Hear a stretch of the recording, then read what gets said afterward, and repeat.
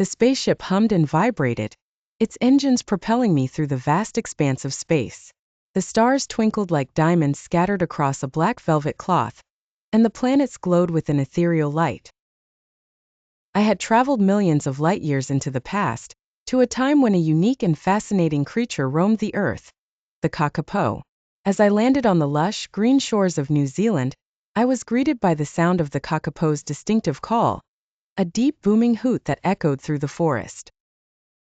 I followed the sound, my heart pounding with anticipation, until I came face to face with this extraordinary bird. The kakapo was a large, flightless parrot with a bright green plumage, a comical face, and a curious disposition. It was unlike any bird I had ever seen before, and I felt an immediate connection with this gentle giant. "Welcome, young traveler," the kakapo chirped in a friendly voice. "I am Strigops habroptilus, the kakapo. What brings you to my island paradise?" I explained to the kakapo that I had come from the future, a time when his kind had become critically endangered. He listened intently, his head tilted slightly as if in contemplation. "Ah, so you come from a time when the world is much changed," he said. "Tell me, what is it like in your time?" I described the world I knew, a world of towering cities, machines that could fly, and communication that spanned the globe.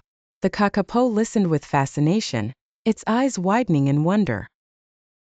"It sounds like a world of great progress," he said, "but I cannot help but wonder if it has come at a cost."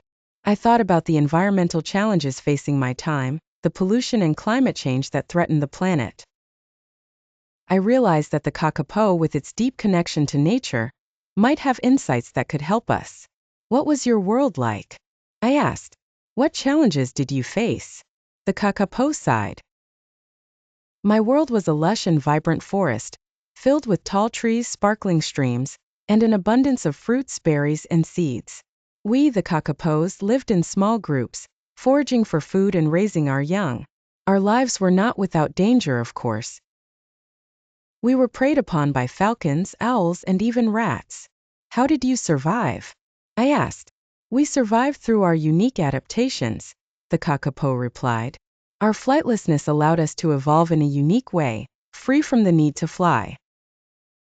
We developed strong legs for walking and powerful beaks for cracking open nuts and seeds. We also had a keen sense of smell and hearing, which helped us to avoid predators. But eventually, your kind became endangered," I said. "What happened?" The kakapo's eyes grew distant as he recalled the events of the past.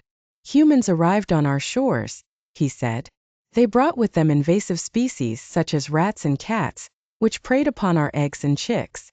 They also cleared our forests for agriculture and logging. Our numbers dwindled, and eventually we became critically endangered." I felt a pang of sadness for the kakapo and his kind.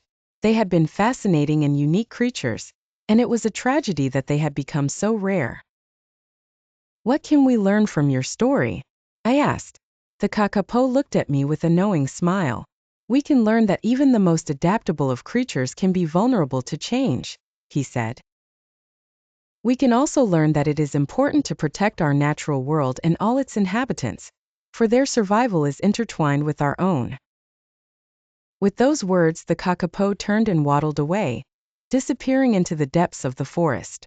I stood there for a moment, pondering his words. I knew that I would never forget my encounter with the kakapo, and that his story would stay with me forever.